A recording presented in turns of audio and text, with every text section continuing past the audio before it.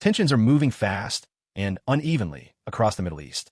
In Iraq and Syria, Iran-backed militias have increased readiness around U.S. bases, while Hezbollah remains silent but watched closely by Lebanese officials urging restraint. In Yemen, Houthi leaders signaled their willingness to target U.S. ships if American strikes continue.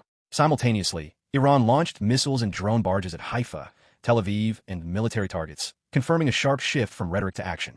These escalations illustrate Tehran's strategy of control pressure through proxies, intended to punish without triggering a direct war, and are causing ripple effects across the region's security landscape. One of the most immediate impacts is on global trade.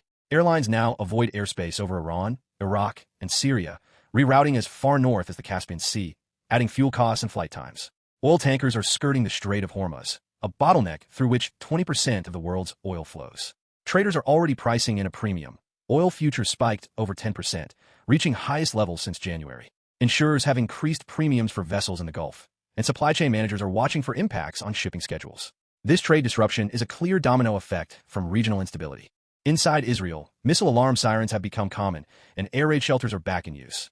3 drones bound for U.S. bases in Iraq were downed already. Lebanese leaders, including President Aoun and PM Salam, have urged Hezbollah to stay out, warning the country cannot afford another war. Still, Hezbollah has reaffirmed its support for Iran's resistance stance. Israel has reinforced northern defenses, keeping the region on a knife edge between escalation and containment.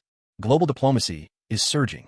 The UN Security Council convened as G7 leaders voiced support for Israel and labeled Iran a source of instability, while urging restraint. China and Russia condemned U.S. actions, warning of deeper regional conflict and offered to mediate. Britain, France, Germany, New Zealand, and Japan joined the chorus calling for renewed diplomacy.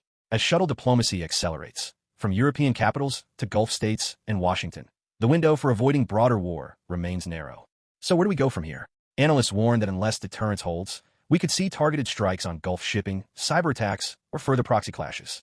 Oil prices may remain volatile, airlines could face more rerouting, and regional stability hinges on political restraint by key players: Tehran, Riyadh, Jerusalem, and Washington. Your next move? Stay informed. We'll bring weekly updates as this domino sequence evolves. But for now, global attention is fixed on whether the region escapes full-scale fallout.